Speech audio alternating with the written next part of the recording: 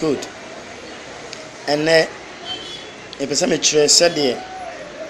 you see phones are China phones are over sona adiwe abetosono. Kwaya ya faso eyino. Go most phones over ya. Enye so enti na me be kire kono baba so the kind we the sophone power key the sophone we volume the volume kosoro na we the volume no batan the obey ni ba place volume no the kosoro no na wa press the the so power key no na wa twen phone ani so ya na wa win self volume up on na power key no so bonsa symbol we na den the obey ni obemia volume up no eso ba akopɛ nya so ba akopɛ you see so umia so na we na abeto so reboot system now apply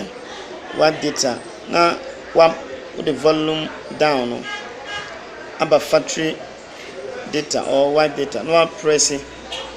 power key no yeah this one now but yes delete all user data no the volume down no aba asset it wahu no mia power key no so now watch or say data na a wipe complete say where we esa o san reboot to esa o so phone e hu say lock na free so the obey ni umia we no power key no umia phone no ebe bluetooth bi wana ebe sana so bi na watchen kakra akosi say ebe wie enti eso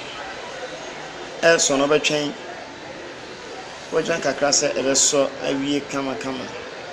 na ye fe eba ni sia no watchen bon say we na mani nyina ba ti say wawie watimi aye ne kama